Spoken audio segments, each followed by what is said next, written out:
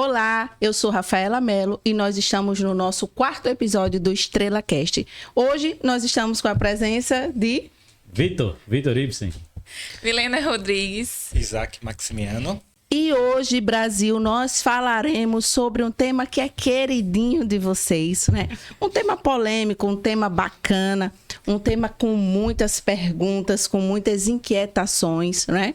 Nós falaremos sobre os 4 temperamentos. Afinal de contas, minha bancada querida, o que é os temperamentos, como que eles funcionam, onde que eles se localizam, quantos são, para que servem? É possível mudar temperamento, né? Enfim, hoje nós desvendaremos todos os segredos com relação aos temperamentos. Que responsabilidade. Simbora. Gostaram aí da chamada? Olha a Muito responsabilidade. boa. Não, ali já é uma apresentadora nata. Então, minha gente, isso. vamos começar entendendo a definição de temperamento, né? Acho que cada um pode falar, mas enfim, a gente também pode aqui escolher democraticamente Vitor para dizer assim, olha, o que é o temperamento? Explica isso pra gente, Vitor. Vamos lá. Eu vou dar primeiramente uma definição controversa de temperamento. Né? Eu acho que... Uau! Ele gosta. Eu gosto. Uma definição controversa. Porque quando a gente fala de temperamentos humanos, é um tema que ficou recentemente, assim, caiu muito na pauta, né? E aparece muita gente falando sobre temperamentos, algumas pessoas realmente com bom conhecimento, outras surfam ali na onda. Mas as pessoas acham que temperamento é uma característica psicológica. Né? Isso é muito comum lá, porque é o modo de comportamento. Então, os melancólicos agem assim, pensam assado, colérico age assim, pensa assado. Mas o temperamento, antes de tudo, sobretudo, na verdade, é uma questão fisiológica. Uau. Fisiológica. Olha isso, a primeira definição que a gente tem que entender bem o temperamento. Eu vou, antes de passar aqui pelos meus colegas, eu vou falar... Sim, só brevemente sobre a questão dessa... porque o temperamento é fisiológico. Quando você vai lá para os escritos de vários autores de psicologias profundas, você pega o Tanqueray, você pega o Antônio Royo Marin, você pega o Garrigou Lagrange, todos eles, e para quem é religioso, né, são escritores da vida religiosa, todos eles escrevem uma parte sobre temperamento. E aí o que é que acontece? O temperamento, descrevem esses autores, inclusive para quem tem religião cristã, você pode ter essa ideia que é importante. Eles falam o seguinte: existem duas vias para o aumento da vida da graça. Ou seja, existem duas vias para você ter, digamos assim, para você ser mais santo, para você ser uma pessoa mais madura, para você ser uma pessoa melhor. Tem as vias fundamentais, que é aquelas necessárias, oração, sacramento e etc. E tem as vias secundárias. Eu falei secundárias? Sim. Primeiro, perdão, as vias fundamentais e depois as vias secundárias. Nessas vias secundárias, a gente tem as vias psicológicas e a gente tem as vias fisiológicas. O temperamento está na via fisiológica, diz esses autores. Então, se o temperamento está na via fisiológica, é corporal. Né? É corporal. Se é corporal, ela é modulada também, entre outras coisas, pelos aspectos físicos da matéria. Então, clima impacta no temperamento, alimentação impacta no temperamento. Eu tento trazer isso para o meu consultório, né? Porque uma vez que é fisiológico, o alimento também é material, ele vai ter uma reação fisiológica ali no corpo. Então, o temperamento é fisiológico. Né? Aí existem outras características também, claro, que reverberam na psique. É óbvio que uma pessoa de temperamento mais quente, de um corpo mais quente, de um metabolismo mais rápido, é óbvio que isso reverbera no pensamento mais rápido também. Né? Não, é contraditório pensar uma pessoa que tem um metabolismo mais lento e tem um pensamento acelerado. Então, claro, como o ser humano ele é integrado... Começo a entender alguns fleumáticos que existem na minha vida. Bom saber. É isso aí. Então, como o homem é integrado, se o corpo é assim, vai reverberar nos outros aspectos. Nesse sentido, conhecer as características materiais vai ajudar a pessoa a identificar o temperamento e não só identificar, mas também lidar com com as inclinações, com as tendências, né, deste temperamento. Eu lembro até que nesse período agora de chuvas e Natal e etc, você estava falando, né, nossa, como a chuva me acalma, como eu sinto mais ameno. O Vitor, que é colérico, tem um temperamento quente, então a água tem esse papel, né, de acalmar um pouco os ânimos. Controlar o fogo. Já para mim, não, né? Eu sou melancólica. E aí a chuva, ela traz uma sensação de peso, de aumento daquela melancolia mesmo, né? Dessa tristeza. Então, encharca a terra do melancólico. Encharca a terra e pesa. E eu... Quem me conhece perto já me ouviu falar, assim, eu tenho pavor de sair de casa no dia de chuvas. Eu tenho... assim, se eu pudesse, eu cancelava todos os meus compromissos e ficava em casa, porque é muito difícil para mim lidar, né? Essa terra encharcada, ela assim, eu não consigo lidar bem. Então, essas características materiais, elas fazem toda a diferença. Pesa muito, né? Pesa muito. É isso. Falaremos sobre tudo isso. Eu sei que a gente está falando melancólico, colérico, fleumático, já apareceu aqui. Tem os sanguíneos também, tá, minha gente? A nossa queridíssima sanguinaça, maravilhosa, não está hoje aqui, mas vocês terão o prazer de conhecê-la nos outros podcasts, que é a Mari. E ela não tem lugar de fala. Hoje não. Hoje não. Ela esteve até no primeiro episódio, né? Isso, apresentando a abertura. É isso. Mas nós explicaremos aqui sobre cada um. Então, fala aí, Isaac, o que é o temperamento? O que você tem a colocar aí sobre o temperamento? O que é, enfim, onde ele se localiza? Dá a tua contribuição para a gente poder dar sequência aí. Pronto. Isso é muito interessante. Eu que sou psicólogo clínico de criança, porque para os pais que não conhecem o temperamento, quando começa a falar algumas questões que é da interpretação da criança, do temperamento, parece que abre um mundo. E também, quando eu recebo alguma criança que, de alguma forma, o pai já tem alguma dimensão do que é o temperamento, parece assim que tem um potencial de reduzir a criança aquilo. E a primeira coisa que eu quero falar para os pais que têm filhos de vários temperamentos, e para você mesmo, que o temperamento não deve reduzir você. Ele é uma forma de te ajudar a entender, interpretar quais são os movimentos iniciais. E principalmente na infância, que a criança ela não está ainda com a personalidade ainda construída, está no processo de construção, e que o caráter ainda não está formado, devido, né, à idade que ela precisa desse auxílio dos pais, é muito mais evidente. Mas na vida adulta, não deve se aparecer. Eu me lembro muito bem de um dizer da minha amiga Milena, numa palestra, dizer que o melhor temperamento é o temperamento maduro, né? Que não se deve aparecer.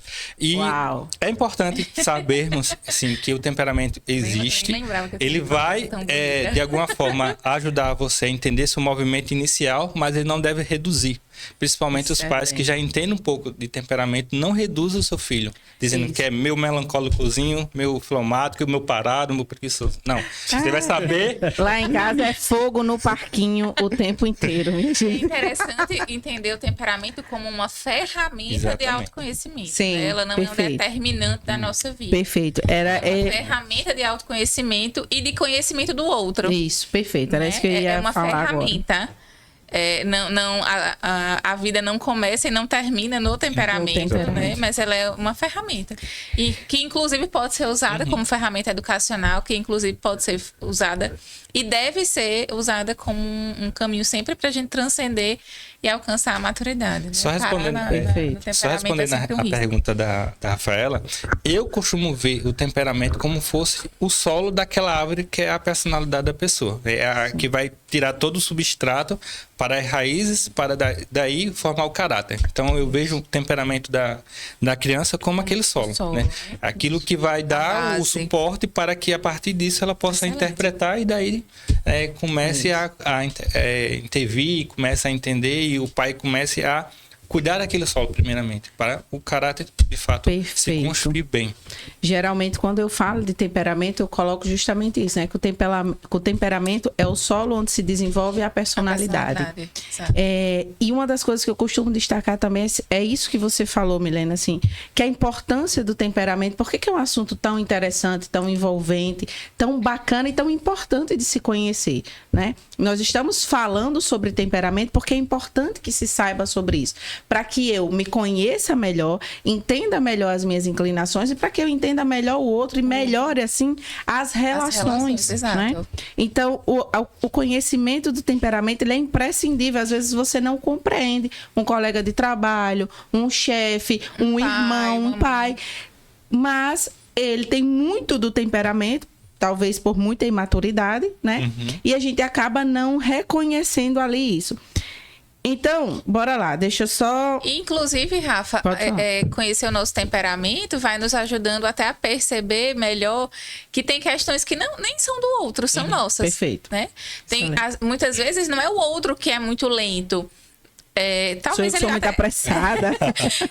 Talvez ele até seja, mas assim, ele tá funcionando num ritmo diferente do meu. Isso, e o meu ritmo não é o ritmo perfeito no qual as coisas devem acontecer. Excelente. É um ritmo diferente. E aí, quando nós vamos começando a perceber essas diferenças, nós vamos lidando melhor. Então, a gente vai amadurecendo. Tem um mundo que se descortina, né? Através do conhecimento do temperamento. E aí, eu vou percebendo as minhas... Poxa, eu sou muito apressada, eu sempre quero tudo no meu tempo. Então, para isso, eu vou precisar lançar a mão de uma virtude chamada paciência. Perfeito. Então, a gente vai começando a perceber que o temperamento, ele nunca se encerra nele mesmo. Ele sempre nos abre para outras coisas, né? Isso. Para perceber. E hoje, Vitor, eu costumo dizer assim que o temperamento é o que tempera a vida da pessoa, né? Então, cada pessoa traz em si um tempero próprio que dá ali todo um sabor para a própria vida. Quer dizer, o colérico age de um jeito, o melancólico age de outro, o fleumático age de outro, e aquilo vai temperando a vida da pessoa, mas aquilo não é necessariamente a vida da pessoa. E aí, né, Isaac falou sobre o temperamento, quando é criança, parece que puramente existe só temperamento, mas é justamente pela questão que o Vitor falou, do temperamento ser fisiológico, né? E aí a criança ainda não tem uma pequenininha, ainda é muito fisiológico mesmo, muito mais fisiológico do que qualquer uma outra coisa. Mas eu queria que você falasse um pouco, Vitor, para a gente começar e o pessoal começar a entender melhor o temperamento, né? Onde está localizado o temperamento? Porque existe uma estrutura que é o temperamento, o caráter e a personalidade, né? Então eu queria que você falasse um pouquinho disso aí. São coisas diferentes, tá, minha gente? Temperamento, caráter e personalidade. Vamos descobrir agora. E que muitas pessoas falam, aquela pessoa tem um temperamento forte. Tem um caráter duvidoso. Exatamente. Aí a pessoa o que seria temperamento forte? Né? Mas esse é um termo usual, né? Comum e que é diferente. Ou mau caráter, né? Fulano é mau caráter. Será que as pessoas estão se referindo exatamente ao que querem, né? Isso. Exato. Inclusive, isso é uma pergunta muito profunda. Muito obrigado. É muito... mas vamos lá tentar. E a gente só joga pesado. A artilharia é pesada. Very hard. Vamos tentar. Vamos lá, o temperamento, o Isaac muito bem falou, né? O temperamento é como se fosse esse solo. Então é o que há de mais bruto no homem, onde as coisas vão se desenvolver ali, né? O caráter, ele já é, digamos assim, o caráter, ele é, digamos, a divisão ou a mediana dos hábitos morais. Então, eu tenho, digamos assim, inclusive quem define isso é o Antônio Royo Marinho. Então, eu tenho atitudes justas e injustas. Eu tenho atitudes impulsivas e cautelosas. Eu vou para um lado e vou para o outro, mas por causa da realidade do temperamento que é desequilibrada, também é importante falar isso, né? Como Milena bem falou ali, temperamento bom é temperamento maduro. O que é um temperamento maduro? É o temperamento que você olha para a pessoa e fala, não sei o que ela é. Pronto, isso aqui é o ideal. Quando você olha para a pessoa e vê claramente é isso, tá? Claramente ela está desequilibrada. Né? Então, quando o temperamento está muito sobressaliente... Agora vocês entendam como eu me sinto feliz quando alguém diz, eu achava que você era fleumática. Nossa, que elogio! Mentiu, hein? Mentiu! Não, meus seguidores são fiéis, dona Milena. Eu já ouvi. Eu para semear. No Instagram dizem que eu sou melancólico, no consultório dizem que eu sou fleumático, porque no consultório eu olho assim, passo 40 minutos escutando o paciente, entendendo? Exato. Isso é interessante. Só nunca fui confundida com sanguínea. Por que será, né? Sanguíneos são bem inconfundíveis. Eu tava dizendo que... Do caráter. Do caráter, o limiar. Sim. Tá na mediana. Isso, tá na mediana. Então, assim, o temperamento, o temperamento ele já é desse desequilíbrio. Então, dentro desse desequilíbrio, você vai tender mais para alguns tipos de ações. Então, por exemplo, se você for um temperamento quente, sobretudo, sei lá, um sanguíneo que não tá aqui, a gente pode falar mal de sanguíneo, né? Já que não tá na mesa. Você pega o sanguíneo. O sanguíneo é um temperamento que ele tem uma capacidade, claro, não é todo mundo, mas as pessoas têm mais tendência a isso. Tem uma capacidade muito grande de distorcer as situações. O sanguíneo. Quem diz, inclusive, não sou eu que estou dizendo isso. Basta pegar vários livros que falam sobre temperamentos. Você vai ver, o sanguíneo ele vive uma coisa e ele vai contar uma outra coisa completamente diferente. Né? Quem terapeuta aqui, atende sanguíneo, vai saber. O sanguíneo ele chega com outra história. Então você tem tendências muito, digamos assim, enviesadas. Então, os seus hábitos morais, quando eu digo hábito moral, é decisões morais mesmo. Vai tender mais para uma coisa. Pronto, esse aqui é o caráter. O caráter é essa mediana dos hábitos morais. A personalidade, aí já é algo mais profundo. A personalidade, você já bebe de coisas mais profundas. Você já bebe de ideias, de crenças, aí junta com caráter, junta ali com o terreno do temperamento. Aí a personalidade articula, né? Elementos distintos. Exato. Aí você tem a tua pessoa. Né? Prevenindo acidente. Prevenindo. Aí você tem a tua pessoa. Então, isso é algo mais profundo ainda. Mas veja, para a gente chegar nessa coisa que constitui propriamente algo pessoal, a gente passa por essas coisas anteriores. A gente passa pelo hábito da matéria. Exato. Né? Por uma primeira tomada de personalidade, digamos assim, que é o caráter, né? A gente vai se diferenciando um pouco. Diferenciando. Até chegar a essa pessoalidade por excelência, que é o desenvolvimento da nossa personalidade. Exatamente. Até porque você pega assim, quantos temperamentos existem? 4. É a corrente que eu considero a melhor. Sim. Tem de 8 também. Aí você tem um apaixonado, amorfo, meu Deus, agora eu esqueci. Todo mundo querendo derrubar isso. Você tem um apaixonado, inclusive dentro dessa teoria dos 8, eu seria o apaixonado. Eu sou colérico, né? Dos 4. Olha aí. Quem vê? Pelo que ninguém sabe, né, Brasil? Colérico, apaixonado, um negócio assim, preocupante. Então, veja só. Aí tem teorias de 4, tem de 8. Eu acho interessante você estudar, mas ela me parece mais falha quando entra dentro da simbólica. Sim.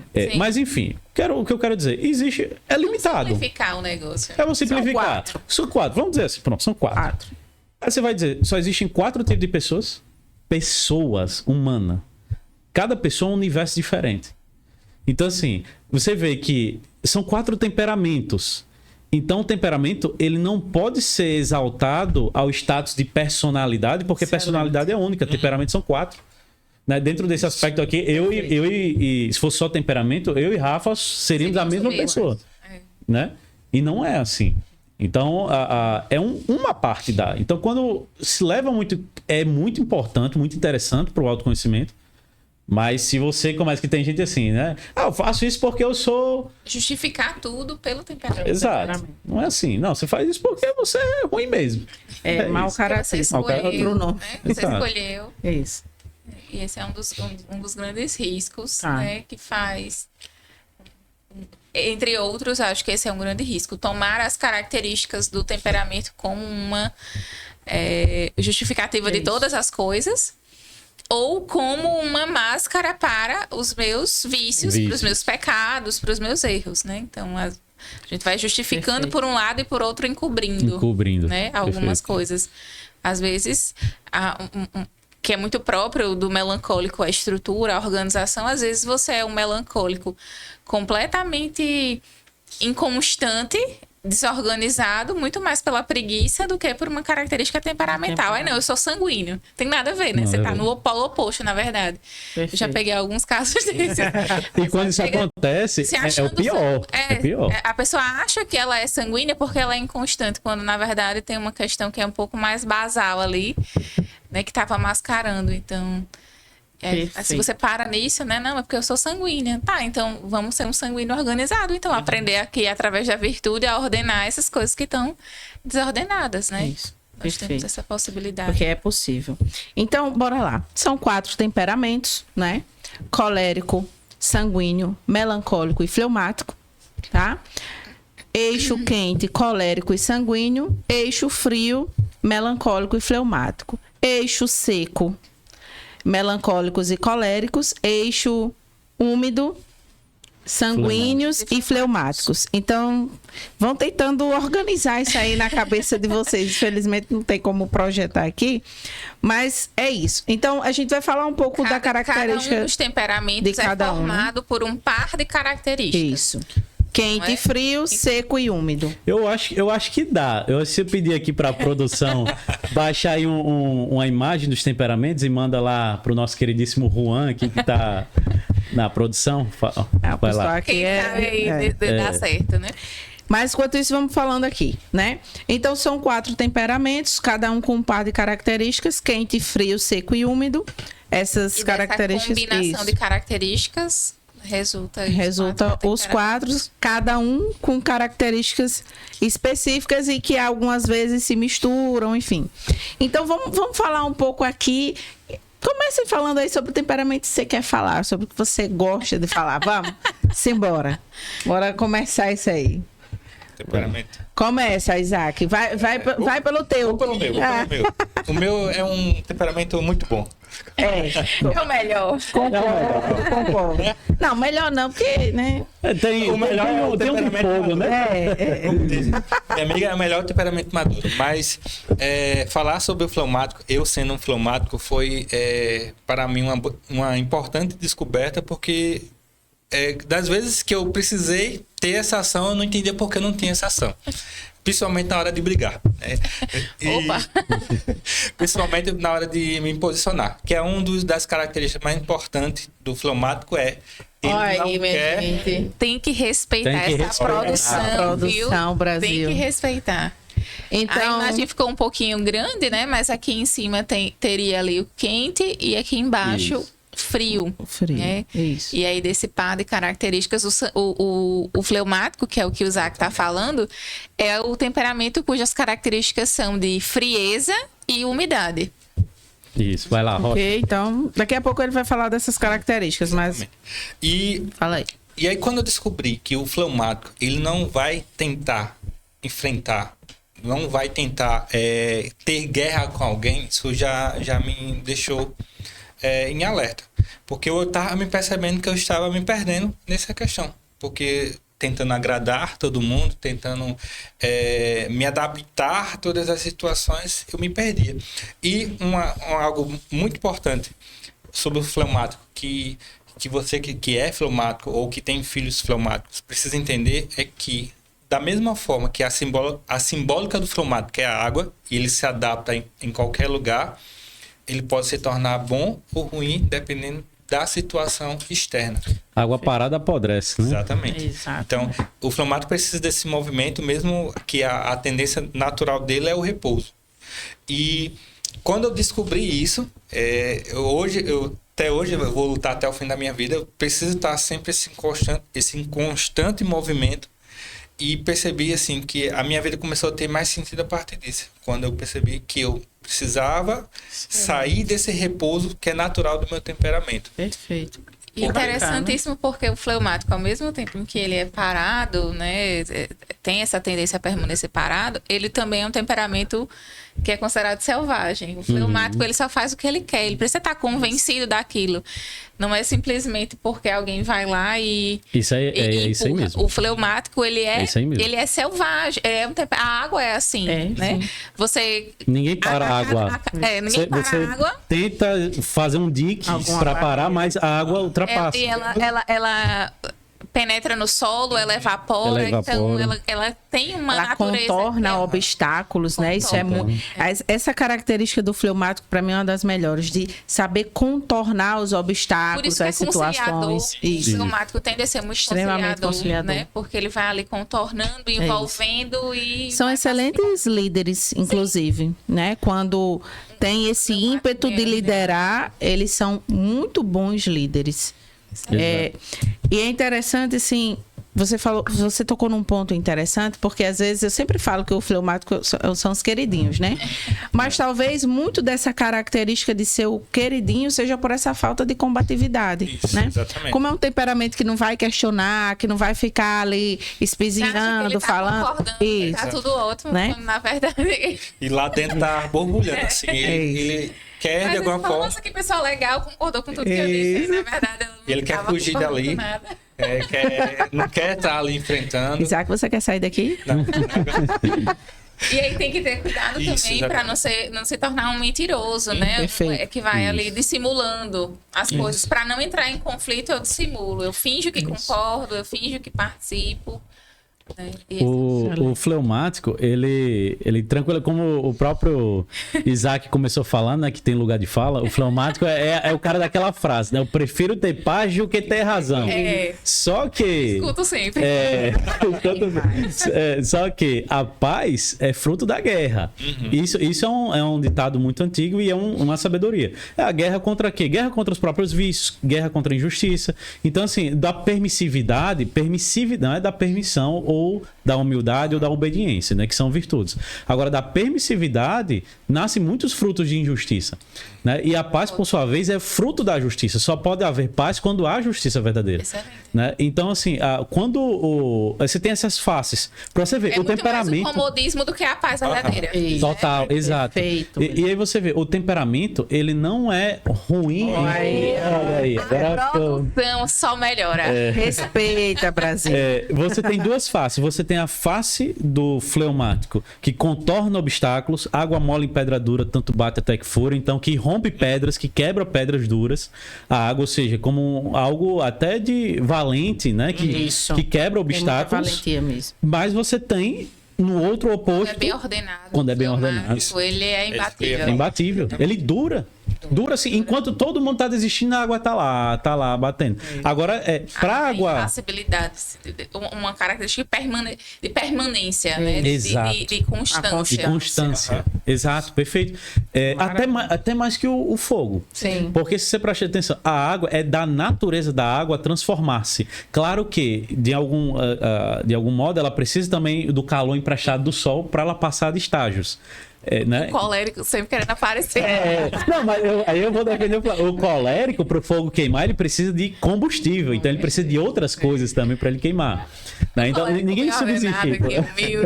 Ninguém subsiste por si. Mas é isso, né?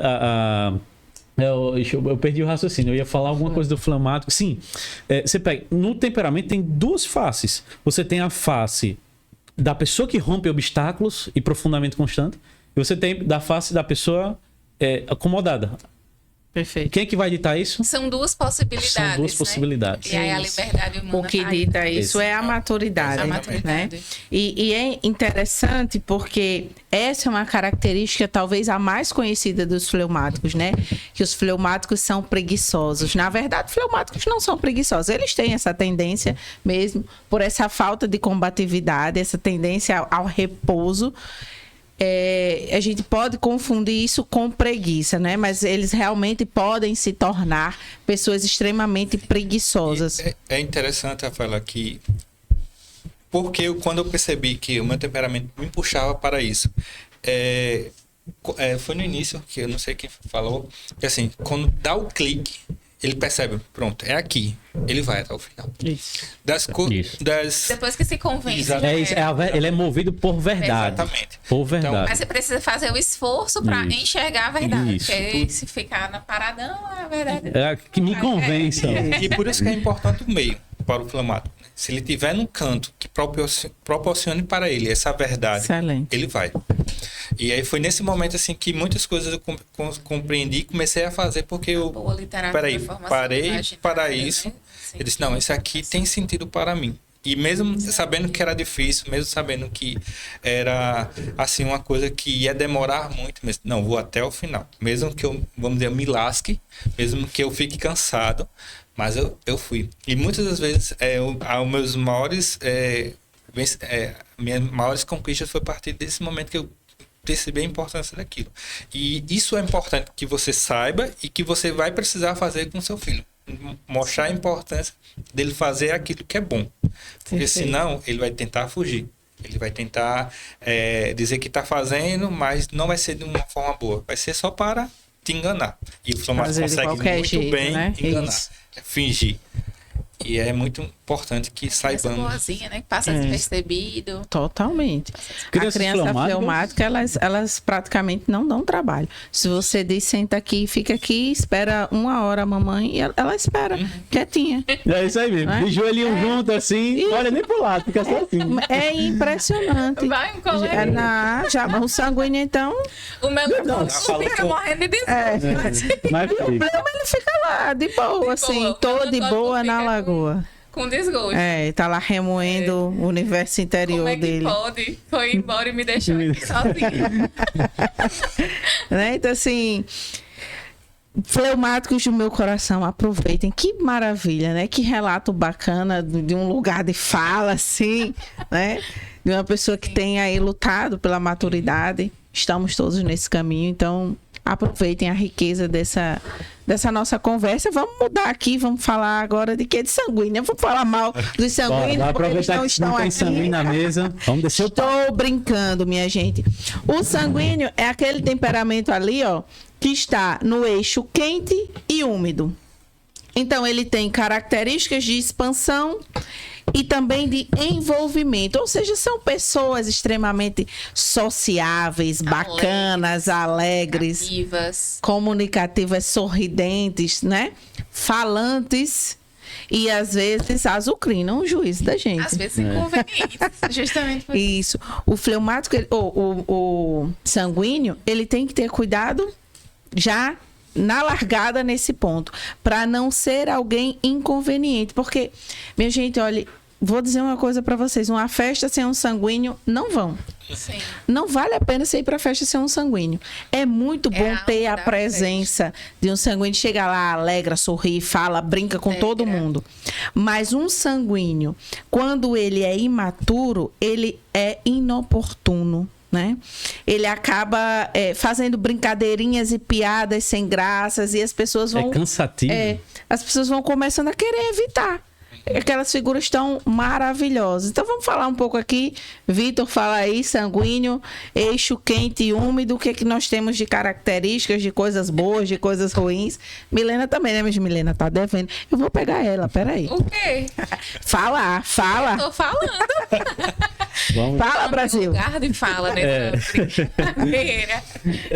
Vamos lá, o sanguíneo, inclusive, eu gosto muito, gente, essa imagem aqui é muito boa. Eu gosto muito de pegar... produção... eu gosto muito de pegar, entender também, assim, aprofundar sobre os eixos, né? O eixo seco e o úmido. Esses eixos aqui são importantes e fundamentais para entender o temperamento em si. A gente falou do fleumático, ó, tá no eixo úmido, né? Úmido. Então, para a gente falar sobre o sanguíneo, o que é a umidade? O que dá essa umidade do temperamento? A umidade é o oposto de secura. Quando a gente pega alguma coisa úmida, se pega água, ela é fluida. Tudo que é úmido é fluido, é maleável. Envolvente. É envolvente. É até sem forma, muitas vezes, né? Amorfa. Não tem uma forma definida. Quando você pega a secura, vai lá, não sei de onde você está assistindo no Brasil, mas pega aquelas fotos lá do sertão brasileiro, né? Você vê o que é a terra seca, a terra rachada, assim, marcada, assim, é muito estruturada. Cortante, perfeito. Então, assim, você tem o seco é cortante, é estruturado. O úmido é maleável, é fluido. Os dois têm vantagens e desvantagens. Pega o sanguíneo. O sanguíneo é úmido, ou seja, ele não tem muita forma. Ele não tem muito corte. Claro que a verdade é sempre penetrante. Você pega um Agostinho de Hipona da vida, é sanguíneo, né? Ele era sanguíneo. Respeita, hein? O homem mudou o Ocidente. toda a filosofia ocidental, assim, deve muito ao Agostinho de Hipona. Então, assim, o sanguíneo pode marcar a história muito bem. Sim. Né? Mas o sanguíneo, naturalmente, é aquela pessoa leve, é fluida. Aonde ela chega, ela consegue se moldar, se malear. Apaixonante. O fleumático, ele é frio, então ele é menos expansivo. Então você pega a pessoa que tem a capacidade de envolver, né? De chegar, de fluir e de estar muito bem no ambiente e ainda é expansiva. Né? Então ela tem ainda... necessidade de ir lá, né? Não é aquela que recebe, mas tem a necessidade de ir ao encontro. E é interessante isso. porque o sanguíneo, ele tem essa tendência a envolver e a se relacionar, e ele se relaciona pelas pessoas. Sim. Então ele faz esse movimento muito de unidade, de integração, né? O sanguíneo é aquele que tem a capacidade de chegar, está transitando em vários grupos de amigos e ele é amigo de todo mundo, aproveita a festa com todo mundo e no final das contas apresenta os grupos e é mais fácil sair todo mundo junto. Exato, exato. Mas ao mesmo tempo tem a outra faceta, que é uma tendência à superficialidade, né? De ficar muito na superfície, de não aprofundar, de não criar vínculos que sejam de fato duradouros. Né? Essa dificuldade de adentrar na intimidade sua e do outro. Né? Perfeito. Isso aí. Exatamente por essa leveza, por essa falta de estrutura. Uhum. Então, o sanguíneo ele tem que estar muito atento a isso. Daqui a pouco ele é o cara, é a mulher que conhece todo mundo, mas que se percebe solitário porque percebe que não tem intimidade de verdade com ninguém. Perfeito. E essa é uma questão dramática, dramática. Até no processo terapêutico, né, Milena? A gente aqui trabalha muito com essas questões de temperamento junto aos nossos pacientes, né? O quanto que é dramático para o sanguíneo esse movimento de olhar para si, de internalizar um pouco as coisas, de meditar sobre a própria vida, sobre as suas próprias questões. Para o sanguíneo isso é muito difícil, é um pouco dolorido, porque eles não conseguem, eles não são acostumados, né? Não retém. Então é difícil. Eu diria que o sanguíneo é aquele que muitas vezes não permanece. Sim. O sanguíneo é aquele que não permanece. Assim, não permanece, não aprofunda na amizade, não permanece no grupo, não permanece na vida de estudos. Claro que eu conheço a nossa querida Mari aqui. Mari, nossa eu costumo brincar com ela. A ordem daquela mulher ordenada. Por força de virtude. Força de virtude. Eu digo assim, Mari, você é a sanguínea mais organizada que eu conheço. Verdade. É verdade. Mari, não sei quanto foi que você pagou para Vitor, mas no final a gente se acerta. Viu? Metade já foi, metade depois. Mas e é sempre interessante perceber isso, como a gente estava falando sobre o fleumático. Sim. A capacidade que tem de transcender os próprios limites, né? Então, no sanguíneo não é diferente. É possível, por força de virtude, de decisão, de amadurecimento, também vencer essa fluidez, essa tendência à superficialidade. O sanguíneo também tem uma tendência muito grande à sensualidade, né? Sim. Aquilo que para ele está sendo naturalíssimo, ele não está com a maldade, mas as outras... Ele é cativante. É cativante, e aí dá uma tendência para as pessoas entenderem errado. Então, o sanguíneo precisa estar atento a isso, né? As brechas que ele está abrindo nesse âmbito da sexualidade, da afetividade, porque... ele se fragiliza e muitas vezes também está comunicando coisas de uma maneira equivocada. Não necessariamente a intenção, mas ele está comunicando. A gente falou que o temperamento é fisiológico no início, né? As características corporais do sanguíneo geralmente são as mais curvas, são as mais sensuais também. A do sanguíneo. Claro que tem de cada um, né? Sim, vai ter pessoas que vão mudar um pouco e tal, mas até o corpo dele comunica um pouco isso. Fazendo aqui um mapeamento dos sanguíneos que a gente conhece, né? Conhece. Realmente, isso. E até um alerta, assim, que eu me lembrei agora sobre os sanguíneos, para a criança. De forma geral, a criança ela sempre quer ser acolhida. Mas para o sanguíneo, eles tentam sempre agradar o outro, querer ser amigo do outro. E muitas vezes ele é passado para trás. Ele pode ser influenciado para fazer coisas mais para os outros, porque ele quer agradar. Isso. A criança sanguínea ela vai querer agradar de toda forma. Então, ela vai entrar em situações de risco para tentar agradar aquela pessoa que admira, porque ela se apega muito rápido, muito fácil. Isso. Eu tenho um paciente sanguíneo e toda vez que quando ele sai do consultório, ele já vai abraçar as pessoas que estão lá. E às vezes isso é bonito, né? De alguma forma, mas também isso é perigoso. Porque se não tiver alguém orientando, ele pode abraçar alguém mal intencionado, a pessoa conquistar ela e de alguma forma invadir a privacidade, a intimidade, porque ela não tem essa inocência, porque ela gosta, ela quer agradar e de alguma forma isso acaba sendo um calcanhar de Aquiles dela. Porque ela não sabe onde é o limite, assim, da amizade, né? Porque já é uma as fronteiras, mais, né? Exatamente. Não são definidas. Mais sensual ainda está tendo muita forma. Exatamente. A falta de estrutura você pega o próprio símbolo do sanguíneo é o A. Imagina que você está no avião, assim, no céu. No céu você não tem muito fronteira. O céu. Você tem quando você olha para a Terra. Sim. A Terra tem fronteiras demarcadas. A fronteira de tal país com tal país. É tal rio que corta, é tal cadeia de montanhas. No céu... Não tem. Então o sanguíneo tem essa estrutura. Exato, ele se confunde. Precisa muito dessa, principalmente a criança, né? Precisa desse limite, dessa estrutura por parte dos adultos, né? Para poder se ordenar. E uma questão interessante, né? Do sanguíneo, para a gente finalizar. A gente ia falar do sanguíneo só um pouquinho, né? Já tá falando. Né? Então, olha só. Muito tempo nesse podcast com sanguíneos. Um cuidado que o sanguíneo precisa ter é para não viver um processo de despersonalização. De querer, pelo fato de querer agradar todo mundo, de querer pertencer a muitos grupos e sempre se perdendo nesse sentido das características. Então, eu tô aqui no trabalho, eu tenho essas características, eu chego em casa, eu tenho essas outras, com esse grupo de amigos eu sou assim, e se perder, peraí, quem eu sou? Né? Quais são os meus gostos de verdade? Qual é quem sou eu? Quem é a minha identidade? O que é que eu posso aqui afirmar em primeira pessoa, né? Que eu gosto, eu não gosto, justamente por essa dispersão. Então, o sanguíneo precisa ter muito cuidado nesse sentido. Dizer não se misturar tanto assim, né? A ponto de se perder. Essa é uma decisão que precisa ir sendo amadurecida. Acho que a principal questão mesmo para o sanguíneo é a parte da estrutura, né? Um sanguíneo que ele consegue adquirir uma estruturação, ele vai amadurecer com certeza. E só para a gente fechar mesmo isso, né? Talvez vocês também tenham visto já muito ouvir dessa forma, eu já ouvi muito, que é as pessoas de temperamento sanguíneo ou de temperamento melancólico falando, eu tenho um pior temperamento. Porque o sanguíneo só tem características ruins, porque o melancólico só tem características ruins.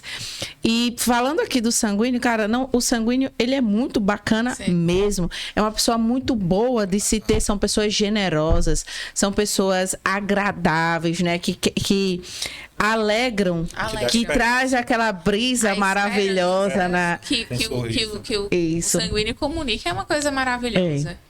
Aquela leveza. Eu acho que o sanguíneo, ele é um mensageiro de uma leveza. Não é essa leveza, não é essa leveza que se fala hoje em dia, que, né? Good vibes aí. Não, mas é uma leveza de, assim, as coisas têm o seu peso, têm a sua seriedade, mas a vida é boa. Vida é isso. A vida é bacana. Então, assim, sanguíneos, vocês são ótimos comunicadores, vocês são excelentes líderes. Quando conseguem ter uma estrutura, lideram, assim, com muita facilidade e humanidade, porque conseguem interagir, entender todo mundo. Fazer uma unidade, né? Isso. Discursam muito bem. Líder, né? Que se descobre líder, ele tem essa capacidade de gerar uma unidade e de carregar todo mundo junto com ele. Exatamente. O primeiro pessoa, digamos, na história da igreja fez isso, Pedro. Mas Pedro era sanguíneo, São Pedro, né? Foi o primeiro papa. Foi ele que uniu e levou a turma junto, até hoje. Então, né, desmistificando aqui, se você é sanguíneo, queridinhos do meu coração, sim, eu amo os sanguíneos também, né? Você não tem o pior temperamento, pelo contrário, seu temperamento é muito bom. Agora a gente vai falar de um lugar de fala. Eu não ia ser os melhores, porque eu quero que ela fale, Brasil. Corta para melancólicos. Vamos deixar o colérico por outro, porque o colérico é o colérico, né, Brasil? Não foi eu não, da volta do não que montou. A gente abre e fecha o negócio. Toda a humildade do colérico. Do colérico. Ferrou. Enfim, mas vamos falar aqui do melancólico, né? Aproveitar a Milena, vamos hoje aproveitar dessa melancolia maravilhosa que ela tem. Ou seja, vocês olham para ela e nem percebem que ela é melancólica, né, minha gente? Nada. Melancólico, seco e frio. Fala aí, Milena. Então, como você já falou, Rafa, essa tendência à frieza, né? Uma tendência à contração, à introspecção, esse movimento do guardar-se. Né? Essa é uma característica que o fleumático e o melancólico têm, de um movimento de introspecção. E a secura é essa marca. Então, o melancólico, ele é, por essência, um temperamento muito marcado pela estrutura, pela introspecção, pela profundidade.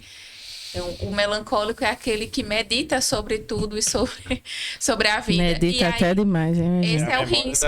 Meditar demais. É o HD de qualquer grupo. Da humanidade.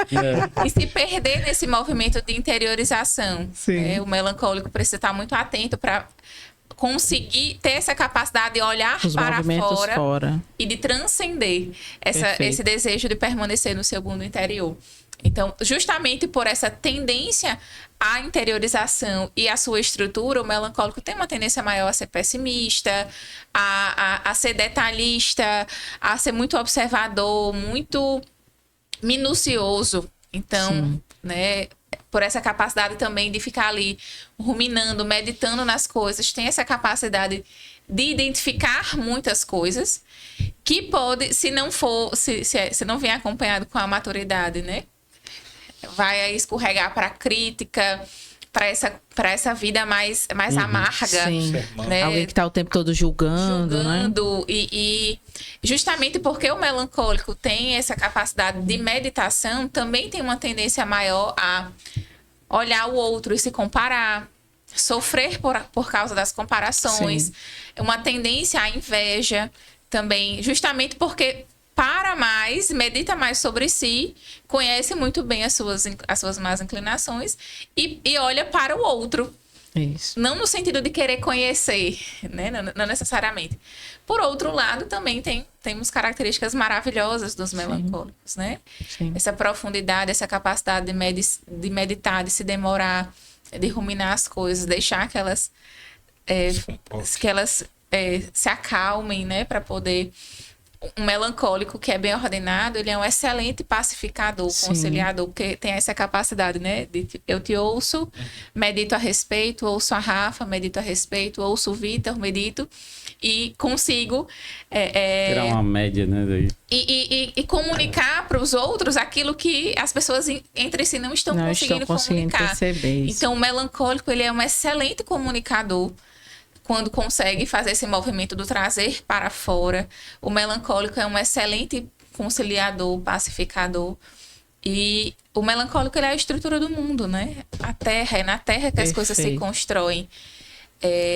Tá vendo aí, Brasil, como a mulher tem lugar de fala, sabe o que tá falando. Eu tenho a impressão que o melancólico, ele é muito bom de entender os corações. Sim. Os afetos. O melancólico é aquele que sonda o coração. Né? Normalmente, quando a gente para escutar, e aí eu falo desse lugar de fala, né? Nunca é uma escuta daquilo que você está me dizendo, mas assim, deixa eu te ouvir. Não é o que você está me dizendo, mas deixa eu te ouvir. Para além. Né? Isso. Porque às vezes a gente tá falando uma coisa e tá querendo expressar outra verdadeiramente. Então, nós melancólicos somos sim especialistas em sondar o coração. Mas é preciso um movimento de estar para fora. Porque nós somos especialistas em fazer esse movimento para dentro. De sondar o nosso próprio coração. Mas se eu me determino a estar verdadeiramente em contato com as outras pessoas e desejo, a gente consegue acessar o coração das pessoas. Essa beleza da profundidade, né? O melancólico, ele precisa da beleza, da poesia, Sim. Lembrar que a vida é boa. É então, boa. a convivência com o sanguíneo, para nós, é excepcional. Excelente. Porque nós somos aqueles que dão a estrutura e dá o peso devido às coisas, porque às vezes o sanguíneo também tende a não dar importância a coisas que são importantes. Por outro lado, o sanguíneo vai lá e dá a leveza. Ele Perfeito. recorda que a vida é boa, de que sim, problemas existem, mas nós podemos ultrapassá-los, existem outras alternativas. Agora tá todo mundo querendo ser melancólico, né? Então, assim, vamos falar mal também. Se você... Eu falei aqui um monte. Não, mas não o suficiente. Se você... Não, Sassi. Vão ferir o coração do Não, melancólico, não, por não, favor. Não. Só uma coisa importante, melancólico, mas continue.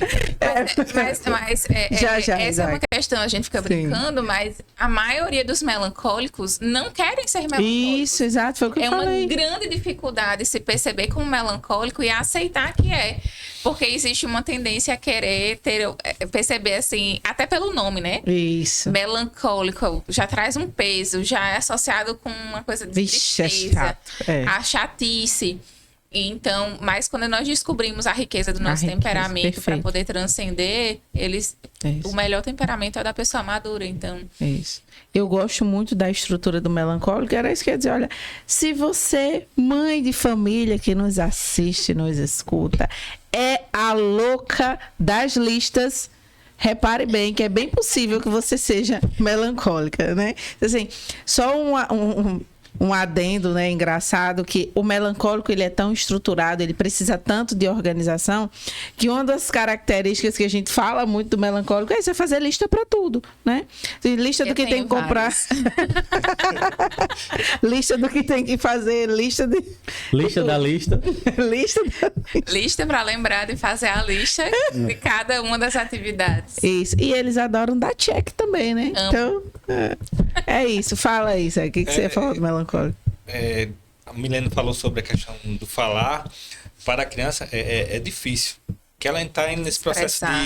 de adquirir a linguagem. Sim. Mas algo muito importante para o seu filho melancólico é que ele perceba que ele está sendo visto por você. Parecido com o fleumático, que às vezes não mexe muito, não chama muita atenção, o fleumático até aceita um pouco mais, mas o melancólico ele precisa saber que alguém está vendo e principalmente exalando aquela parte positiva dele, do seu filho. Perfeito. Ele Muitas precisa vezes- se saber amado. Isso, Não é exatamente. assim, eu amo, tá, mas você já comunicou isso. Isso. O melancólico, ele não Ele precisa precisa ouvir. só imaginar que é amado, Isso. ele precisa ouvir. Precisa do Exatamente. contato. Precisa né? da materialidade, Isso. né? Ter Da um estrutura. Né? Algo que marque essa terra. Isso. E ter muito cuidado pela forma que eu falo. Às vezes, como você falou, né? O para além, às vezes eu falo, eu te amo, mas a linguagem do pai não foi a linguagem coerente com a fala. E aí o filho melancólico vai perceber. Ele fala isso, mas age de outra forma.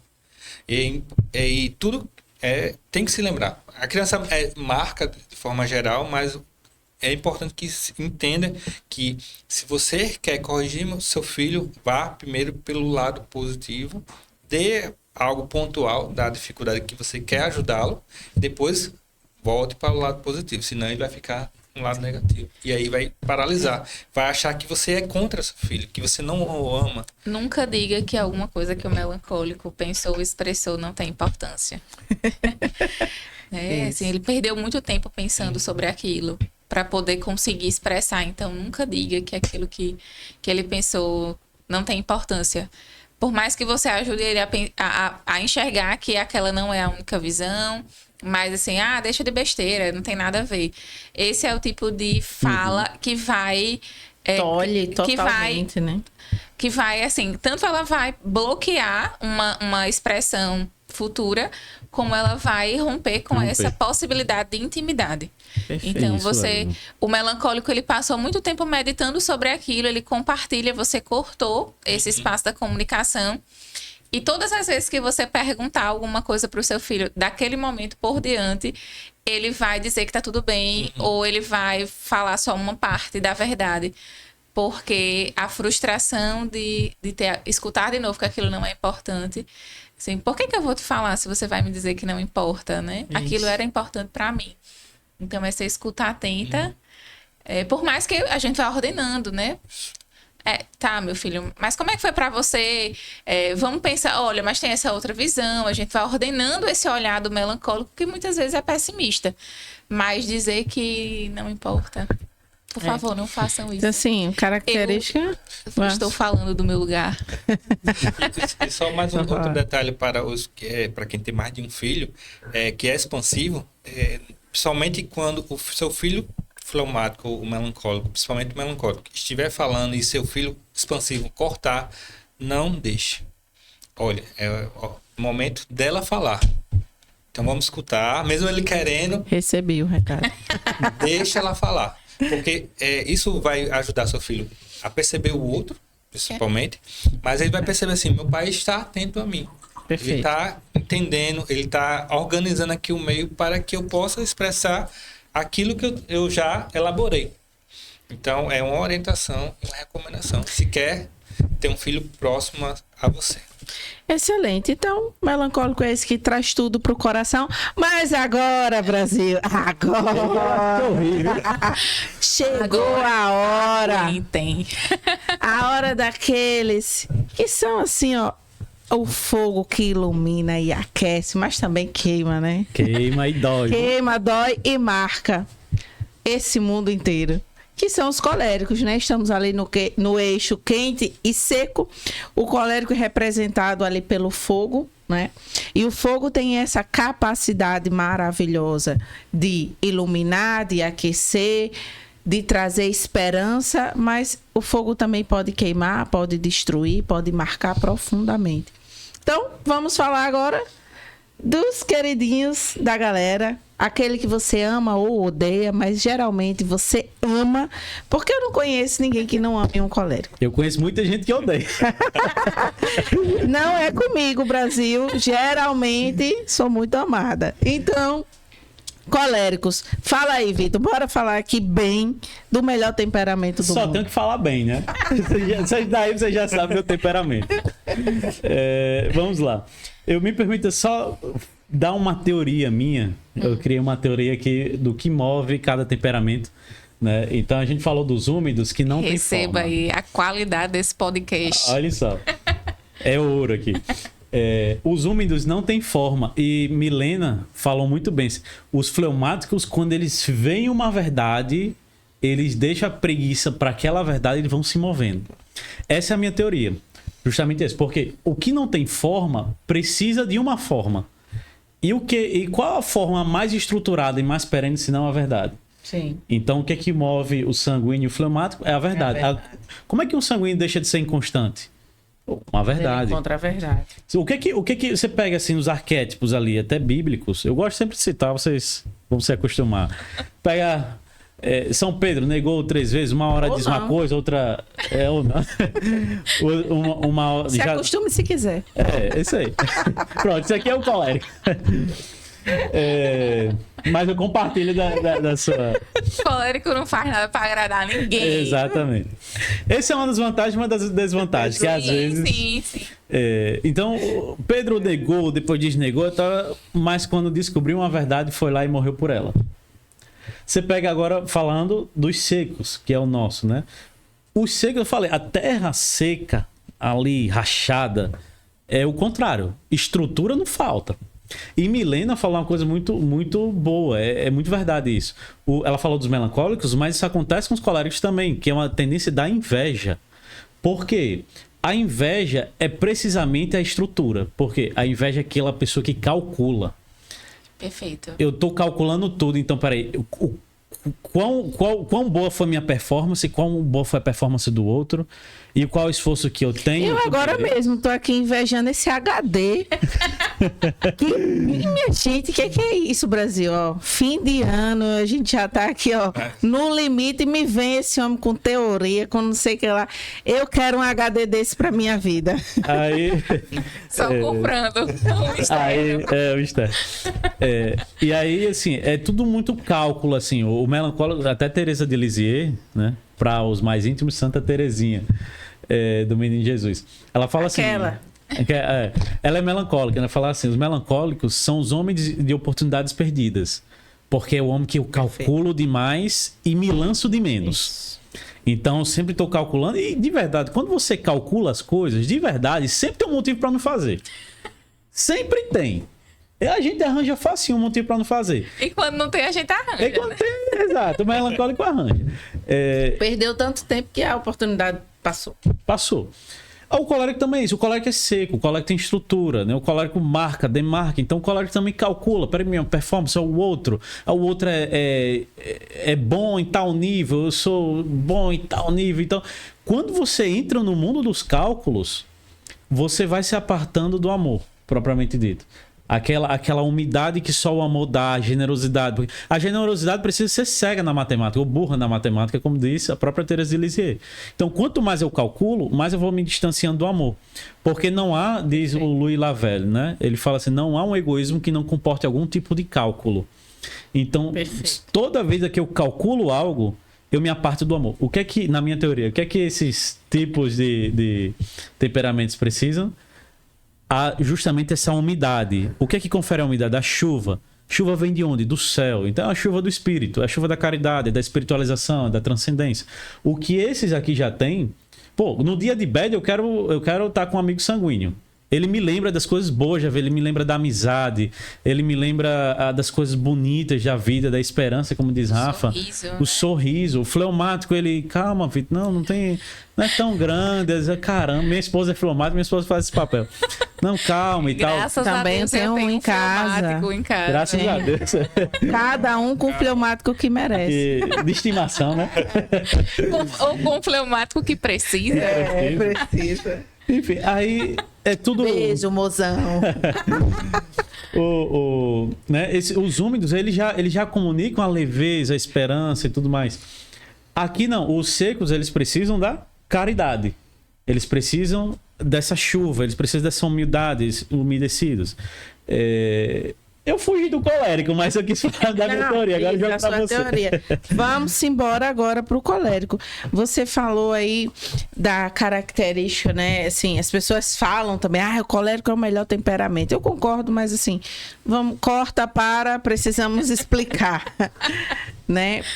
Existem muitas características que também precisam ser melhoradas no colérico, né? O colérico tem essa tendência aí à inveja, ao cálculo, tá sempre... Eu já estava com inveja realmente da capacidade de pensamento desse homem. O colérico, ele é irado, né? Ele é agressivo. É aquela coisa, se você gosta, assim. Gosta, se você não gosta, né? E ele não quer saber muito do que o outro está pensando, ele é autoritário. Então, a gente tem que ter muito cuidado, porque... o dono da verdade. Isso. Né? Porque um colérico imaturo, ele é uma pessoa capaz de fazer muidas maldades, né? Capaz de ser um carrasco. Subjugar os Isso, né? A partir da sua força, a partir da sua imponência. Qual é a palavra que você usa? Drive? Não. Mas é tipo imponência, né? O colérico, ele tem potência. Ele tem uma imponência, uma artilharia bem pesada. No entanto... Uma presença forte. Muito forte. Firme. Isso. Muito forte. Por outro lado, né? É essa pessoa que também tem uma capacidade para liderança, gente, que eu nunca vi. De ação, realização, né? Isso. É uma potência. Ninguém, né? Vai lá e faz. Tem até, só puxando para um lado que eu falei do fleumático, rápido, só um parênteses. Que eu falei, o fleumático, ele é selvagem, mas ele pode entrar nesse comodismo, né? O colérico, ele também tem algo assim, né? O colérico, ele não quer saber. Ele não quer saber se você vai estar gostando, o que você vai... Ele vai lá e faz. Isso, muitas vezes, ele realmente pode ser ruim, porque você lida com pessoas, mas quando só o colérico sabe, e às vezes o colérico tem essa agudeza, né? Tá assim, todo mundo tá numa bolha sentimentalista, digamos assim, e vai todo mundo caminhando pro abismo. Precisa uma pessoa para agir contrário à multidão, e que não vai se abalar com as perguntas. Com as perguntas, não, com as críticas. Com as críticas, sim. Aqui precisa dessa, né? O que é que vai ditar quando é autoritarismo e quando ele está salvando o grupo? A virtude. a inteligência, a virtude da prudência, motivação, o amor, a caridade. A caridade, que é o que né? precisa. Exatamente. Esses dias estava meditando justamente sobre isso, né? Que o colérico, quando ele perde a caridade, ele vai descambar para um lugar que é muito ruim e que é muito perigoso, que é danoso para ele, e que vai machucar certamente um outro. Então, a sua teoria, ela tá perfeita, porque o colérico sem caridade, ele é cruel. Cruel. Né? E é isso. Não ditador. Sim. E aí tem essa capacidade de liderança maravilhosa, né? Tem uma capacidade de comunicação também muito aguda, muito convincente. Ele é expansivo. Isso. Né? É expansivo. E o que mais, minha gente? O que mais de bom que o colérico muita tem? coisa, né? Temperamento tem como a gente aprofundar. O tempo não permite. Não, mas... agora já foi o nosso assunto sobre temperamento. Mandem as suas dúvidas, as suas sugestões, as suas perguntas sobre temperamentos. Quem sabe a gente possa dedicar podcast apenas para um temperamento por vez, né? Dá para explorar. Tem muito pano para manga. A gente deu curso sobre isso, inclusive, né? A gente fez um curso. Fizemos de isso. 5 aulas, né? 5 aulas sobre esse tema. E não esgotamos o tema. De jeito nenhum. Coisa interessante, bacana. Aproveitar também para agradecer, né? Não só aos nossos outros colegas que não estão aqui, que fazem parte também da Rede Estrela Guia, mas que estamos aqui representando todos. Agradecer também ao apoio da Pérez e Pérez, né, que desde o início do nosso projeto, quando nós nem éramos Rede Estrela podcast. Guia, nem éramos um podcast, mas já acreditava no nosso trabalho. E se você tem uma empresa, tem uma marca e desejar apoiar esse podcast, ser uma das nossas marcas aqui, apoiadoras, um patrocinador, entre em contato conosco e vai ser uma alegria. @SimRN, o nosso Instagram. E eu acho que é sim.rn. Exatamente. Sim.rn. Sim com C. Isso, CIM. Isso. Certificados italomarcili.rn. Então, simrn.rn.